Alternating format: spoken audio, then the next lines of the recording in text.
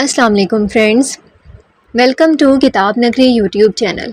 کتابوں کی نگری میں خوش آمدید۔ میں ہوں آپ کی ہوسٹ اقراء یاسین، اور آج میں آپ کے لیے لے کر آئی ہوں عاسمہ سعید کے قلم سے تحریر کردہ ناول رسپوں کی تجارت کے ایپیسوڈ نمبر 15 کو لے کر۔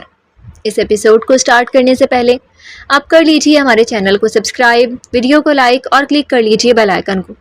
اب آتے ہیں ایپیسوڈ کی جانب۔ کیا کہا آپ نے؟ کریم سنجرانی کے چہرے پر حیرت تھی۔ باغ میں اڑتے پرندوں کا شور ایک سیکنڈ کے لیے تھما تھا۔ عنایہ گل نے چائے کپ میں ڈال کر کپ کریم سنجرانی کی طرف کیا۔ یہی کہ تمہارے انکل کا قتل ہوا ہے؟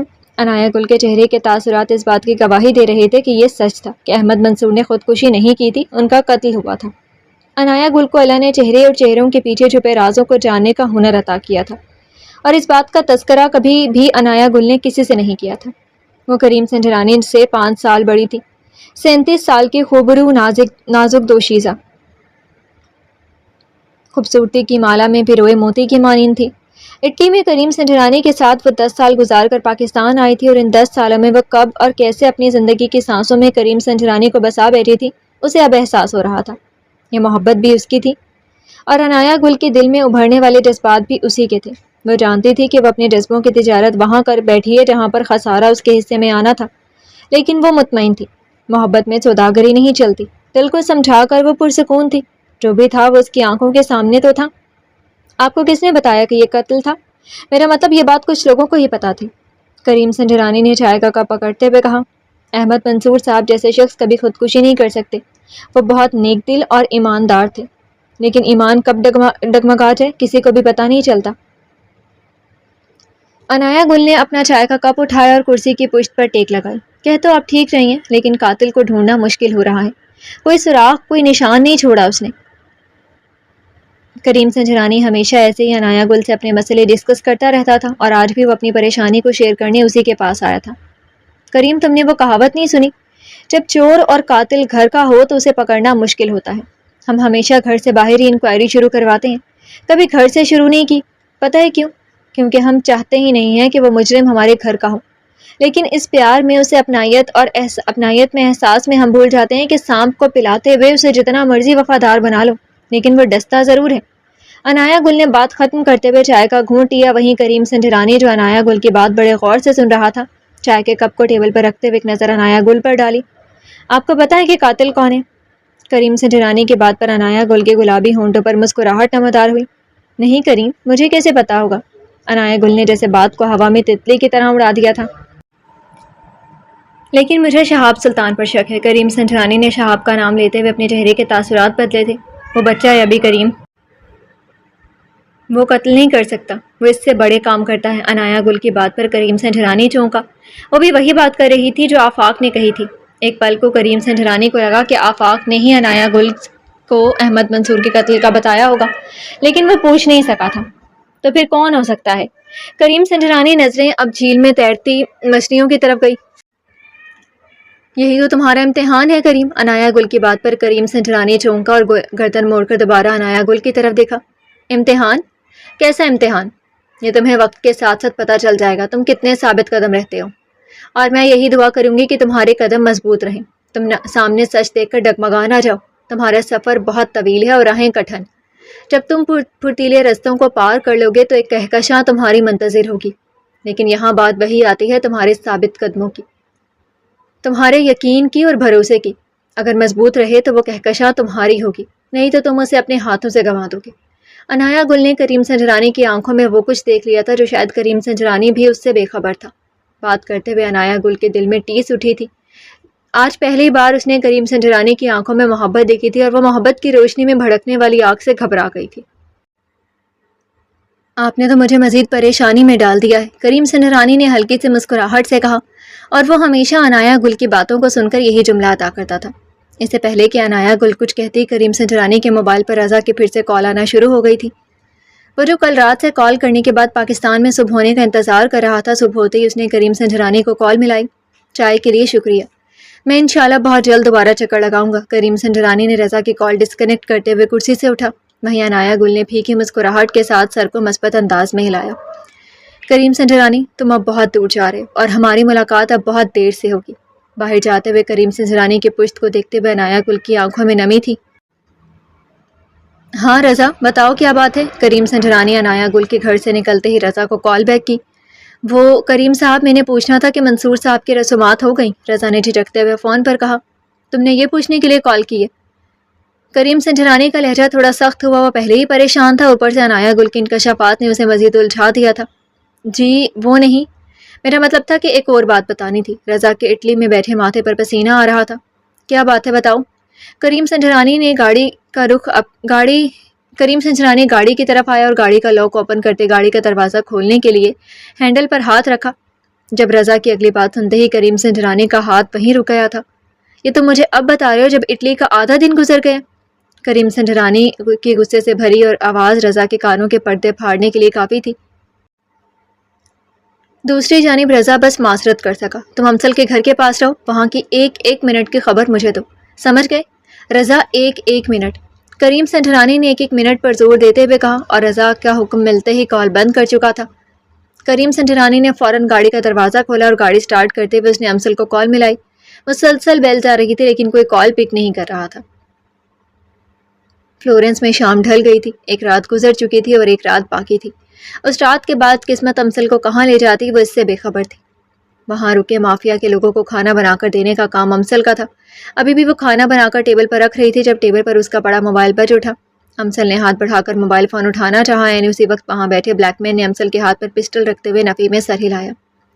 امسل کا حلق آنسوؤں سے بھر چکا تھا۔ وہ کال کسی اور کی نہیں، کریم سنجرانی کی تھی، جو کل رات سے آ رہی تھی۔ امسل کے دل نے خواہش کی کہ وہ ایک مسیحا بن کر آ جائے اور اس کو اس کی فیملی کو بچا لے، لیکن وہ اس بات سے انجان تھی کہ یہ سبھی خواہشات پوری نہیں ہوتی۔ وہ دعا کرتی تو شاید پوری ہو جاتی، لیکن امسل نے آج تک نماز تو دور کی بات کبھی دعا تک نہیں مانگی تھی۔ اس کے برعکس زلیخا بیگم 5 وقت اور تہجد گزار تھی۔ انوال بھی زلیخا بیگم کے نقش قدم پر تھی۔ پاکستان میں بیٹھے کریم سنجرانی کو اب سب بھول گیا تھا۔ یہاں بہت لوگ تھے احمد منصور کے کیس کو دیکھنے کے لیے، حارب، آفاق، مجتبیٰ اور جہانگیر سنجرانی، لیکن وہاں امسل کے پاس کوئی نہیں تھا۔ اٹلی کی کوئی یوں اچانک فلائٹ نہیں مل رہی تھی۔ وقت ریت کی طرح سرکتا جا رہا تھا اور کریم سنجرانی کے اندر ایک پچھتاوا بڑھتا جا رہا تھا۔ اپنے کمرے میں ٹہلتے ہوئے وہ بار بار امسل کو کال ملا رہا تھا لیکن کوئی رسپانس نہیں تھا۔ کریم بیٹا آخر ہوا کیا ہے؟ تم یوں اچانک اٹلی جا رہے ہو؟ بتاؤ تو صحیح، تمہارے ڈیڈ کا غصہ بھی آسمان کو چھو رہا ہے۔ تنزیلہ بیگم کریم سنجرانی کے کمرے میں آتے ہی اس سے پوچھا، جو تھوڑی دیر پہلے جہانگیر سنجرانی کو کریم پر بولتے ہوئے سن کر اسٹڈی روم میں آئی تھی، لیکن تب تک کریم سنجرانی وہاں سے باہر آ چکا تھا۔ مسز جہانگیر پلیز آپ ڈیڈ کو سمجھائیں، یہ کسی کی زندگی کا معاملہ ہے، ایک نہیں 3 زندگیاں خطرے میں ہیں۔ میں اگر نہیں گیا تو ایک اور پچھتاوا میرے ساتھ ساتھ ساری زندگی رہے گا۔ پہلے بھی احمد انکل کے ساتھ جو ہوا میں خود کو معاف نہیں کر پا رہا، اور اب یہ سب، یہاں سارے موجود ہیں، میں کچھ دن میں آ جاؤں گا۔ کریم سنجرانی نے تنزیلہ بیگم کے دونوں کندھوں پر ہاتھ رکھتے ہوئے التجائیہ لہجے میں کہا۔ وہ بھی جانتا تھا کہ یوں اس کا یہاں سے جانا عریبہ منصور کو کتنا برا لگے گا اور باقی سب بھی اس کے بارے میں کچھ اچھا نہیں سوچیں گے۔ تو کریم بیٹا یہ سب اپنے ڈیڈ کو بھی بتا دو، کیوں چھپا رہے ہو؟ تنزیلہ بیگم نے پریشانی سے کہا، نہیں میں ڈیڈ کو نہیں بتا سکتا، اگر بتا دیا تو وہ مجھے کبھی اٹلی جانے ہی نہیں دیں گے۔ یہ میں نے صرف آپ کو بتایا اور یہ بات آپ کے اور میرے درمیان رہے گی۔ کریم سنجرانی نے گہری سانس لیتے ہوئے تنزیلہ بیگم کے کندھوں سے ہاتھ ہٹائے۔ ٹھیک ہے میں سمجھا دوں گی تمہارے ڈیڈ کو، لیکن کریم پلیز ایسا کوئی کام مت کرنا جس سے تمہیں کوئی نقصان ہو۔ تم جانتے ہو کہ تمہارے ڈیڈ تمہارے معاملے میں کتنے حساس ہیں۔ تنزیلہ بیگم کی بات پر کریم سنجرانی نے اس بات میں سر ہلایا، وہیں آفاق کمرے میں داخل ہوا۔ ممی جانے دیں اسے، ہم سب ہیں یہاں پر، سب کچھ ہینڈل کر لیں گے۔ اور کریم یہ لو تمہاری اٹلی کی ٹکٹ بہت مشکل سے ملی ہے، کل شام کی، تم اٹلی پرسوں کی صبح پہنچ جاؤ گے، باقی انشاءاللہ سب ٹھیک رہے گا۔ آفاق کے ہاتھوں سے ٹکٹ پکڑتے ہوئے رضا کو کال ملاتے ہی کریم سنجرانی باہر نکل گیا تھا۔ آفاق کیا معاملہ ہے؟ کریم سنجرانی کے جاتے ہی تنزیلہ بیگم نے پوچھا۔ میں کچھ نہیں جانتا، آپ پریشان مت ہو۔ ممی کچھ نہیں ہے، آپ پریشان مت ہو۔ آفاق اور حارب دونوں تنزیلہ بیگم کو ممی کہتے تھے۔ آفاق جھوٹ مت بولو، بتاؤ مجھے جو میں سمجھ رہی ہوں کیا وہی بات ہے؟ تنزیلہ بیگم کریم سنجرانی کی آنکھوں میں فکر دیکھ کر سمجھ گئی تھی کہ یہ کسی عام انسان کے لیے نہیں ہے، کوئی خاص ہے، کریم سنجرانی کے بہت پاس ہے۔ اب ممی آپ سمجھ گئی ہیں تو مجھ بیچارے کو کیوں سولی پر لٹکا رہی ہیں؟ آفاق نے تنزیلہ بیگم کے گرد اپنی باہوں کا حصار بنایا۔ تم تینوں نہ کسی دن اپنے ڈیڈ سے جوتے کھاؤ گے۔ تنزیلہ بیگم کے چہرے پر مسکراہٹ چھا گئی تھی اور ساتھ دماغ الجھن کا شکار تھا۔ زلیخا بیگم اور انوال دل سے دعا کر رہی تھی کہ اس رات کی صبح نہ ہو۔ وہیں امسل کا حال کسی اجڑے گلستان کی کہانی بیان کر رہا تھا۔ براؤن بال پونی سے نکل کر اس کی گردن اور کچھ چہرے پر بکھرے ہوئے تھے۔ آنکھوں میں سرخی اور آنکھوں کے نیچے سیاہ ہلکے مزید گہرے ہو گئے تھے. اسے اپنی زندگی ختم ہوتی محسوس ہو رہی تھی. گھڑی کی سوئی آج کی رات اپنی رفتار سے زیادہ چل رہی تھی اور یہی گزرتا وقت امسل کو پل پل مار رہا تھا. وہ ایک پل میں مرتی تو دوسرے پل میں جی کر اذیت میں مبتلا رہتی. اس کا سودا ہوا تھا اور سودا کرنے والا اس کا باپ تھا. وہ اپنے اندر اس اذیت کو بار بار محسوس کر رہی تھی. وہیں فلائٹ میں بیٹھے کریم سے ڈرانے کے لیے ایک ایک پل ایک ایک منٹ گھنٹے کے برابر لگ رہا تھا. رضا کے مطابق وہ لوگ مافیا کے تھے، لیکن کس گروپ کے تھے یہ کریم سنجرانی نہیں جانتا تھا. اور کریم سنجرانی کی پریشانی کی ایک وجہ یہ بھی تھی، گھر سے نکلتے وہ اپنی پوری پلاننگ کے ساتھ نکالا تھا. اٹلی کے مافیا کے لوگوں سے ٹکر لینی کوئی آسان بات نہیں تھی. اگر وہ ریچرڈ کے بندے ہوئے تو کریم سنجرانی کے لیے سب کچھ ہینڈل کرنا آسان تھا، مگر کریم سنجرانی کو اس بات کا علم نہیں تھا. وقت گزر رہا تھا اور دونوں طرف سے پریشانی بڑھ رہی تھی. طلوع آفتاب کے ساتھ ہی امسل کے گھر کی بیل ہوئی. وہیں گھر کے اندر موجود امسل، انوار اور زلیخا بیگم کی سانس اٹک گئی تھی. اگر مافیا کا کوئی بندہ ہوتا تو وہ سیدھا دروازہ کھول کر آتا، یوں بیل دے کر اندر نہیں آتا. ایک امید کی کرن امسل اور باقی دونوں میں جاگی تھی. وہیں دروازے کے پاس کھڑے آدمی نے دروازہ کھولا اور دروازہ کھولتے ہی وہ فوراً سر جھکا گیا تھا. اندر آنے والا کون تھا یہ وہ تینوں نہیں جانتی تھی، لیکن اندر موجود باقی لوگوں کا سر جھکا دیکھ کر امسل جان گئی تھی کہ یہی ان کا باس ہے. اونچا قد، چوڑی جسامت، سفید رنگ، براؤن بال اور گرین آنکھیں. وہ کہیں سے اٹلی کا شہری نہیں تھا، وہ ریچرڈ تھا. مافیا کی دنیا میں وہ ریچرڈ کے نام سے جانا جاتا تھا، رشیا کا ڈان جو اٹلی میں کسینو چلاتا تھا، مہذب اور تمیزدار. اسے دیکھ کر کوئی نہیں کہہ سکتا تھا کہ وہ ایک مافیا کے گروپ سے تعلق رکھتا ہے. ریچرڈ چلتا ہوا امسل کے پاس آیا جو کچن میں ایک کونے میں دبک کر بیٹھ گئی تھی. ہائے سویٹ ہارٹ. ریچرڈ نے آگے بڑھ کر امسل کے چہرے پر آئے بالوں کو اپنی انگلی سے پیچھے کرنا چاہا. Don't touch me. امسل نے آنکھوں میں سرخی لیے غصے سے کہا. Oh my little doll, don't be angry. I am your new guardian, in fact husband. Today we will marriage. Richard کے منہ سے شادی کا نام سن کر امسل کے ہاتھ پاؤں سن ہو گئے تھے اور غصے سے بھرے دماغ سے امسل نے اپنے قریب بیٹھے ریچرڈ کے منہ پر تھوک دیا تھا. آئی ول کل یو. امسل غصے سے گھرائی. ریچرڈ نے دان پیستے ہوئے اپنے کوٹ کے بازو سے اپنا منہ صاف کرتے ہوئے غصے سے امسل کے منہ پر تھپڑ دے مارا. تھپڑ پڑنے سے امسل کے گال پر جہاں انگلیوں کے نشان پڑ گئے تھے وہیں اس کا نچلا ہونٹ پھٹ گیا تھا. یو بچ. اس کو باہر نکالو. رشین زبان میں ریچرڈ کہتے ہوئے کچن سے باہر آ گیا تھا. وہیں دو آدمی امسل کو بازوؤں سے پکڑتے ہوئے کھینچ کر باہر لا رہے تھے. انوال کے روتے ہوئے ہچکی بند گئی تھی. وہیں زلیخا بیگم ریچرڈ کے پاؤں میں گر کر امسل کی زندگی مانگ رہی تھی. کریم سنجرانی فلورنس پہنچ گیا تھا اور رضا نے اسے فوراً ایئرپورٹ پر پک کیا تھا. رضا جو امسل کے گھر کی ایک ایک خبر کریم سنجرانی کو دے رہا تھا، اس کے بتانے پر کہ صبح ایک اور گاڑی آئی تھی جس میں صرف 2 لوگ تھے. کریم سنجرانی یہ سنتے اور پریشان ہو گیا تھا. رضا نے گھنٹوں کا سفر منٹوں میں طے کر لیا تھا. اب وہ دونوں گاڑی میں امسل کے گھر سے تھوڑا دور کھڑے تھے. تم یہیں رکو، میں آتا ہوں. کریم سنجرانی نے گاڑی سے ایک شاپنگ بیگ پکڑا جس میں امسل کے لیے کشمیری شال تھی اور اسی کے نیچے پسٹل تھی.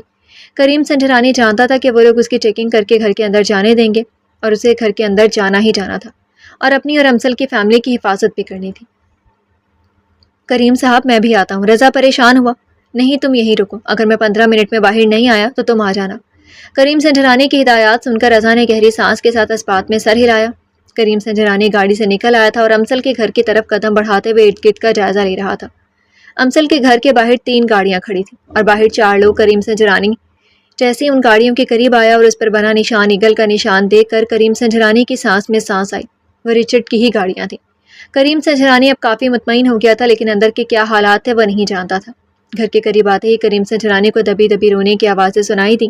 وہیں کریم سنجرانی نے غصے سے اپنے ہاتھ کی مٹھی بند کی. گیٹ کے پاس کھڑے آدمی کریم سنجرانی کو وہاں دیکھ کر چونک گئے تھے. کریم سنجرانی نے ایک نظر ان چاروں پر ڈالی اور اندر کی جانب قدم بڑھائے. ان میں سے کسی کی ہمت نہیں تھی کہ وہ کریم سنجرانی کو روک سکے. گھر کا اندرونی دروازہ کھولتے ہی سامنے کا منظر دیکھ کر کریم سنجرانی کا خون کھول اٹھا. امسل 2 آدمیوں کی گرفت میں مچل رہی تھی. وہیں انبال دیوار کے ساتھ لگی ہچکیاں لے رہی تھی اور زلیخا بیگم ریچرڈ کے پاؤں پڑی ہوئی تھی. امسل کی نظر کریم سنجرانی پر گئی. اس کی آنکھوں میں بے بسی کے ساتھ ایک امید کی چمک تھی، لیکن اگلے لمحے میں وہ چمک بجھ گئی تھی جب امسل نے ریچرڈ کے منہ سے نکلتے الفاظ سنے. Karim, my brother, what a pleasant surprise.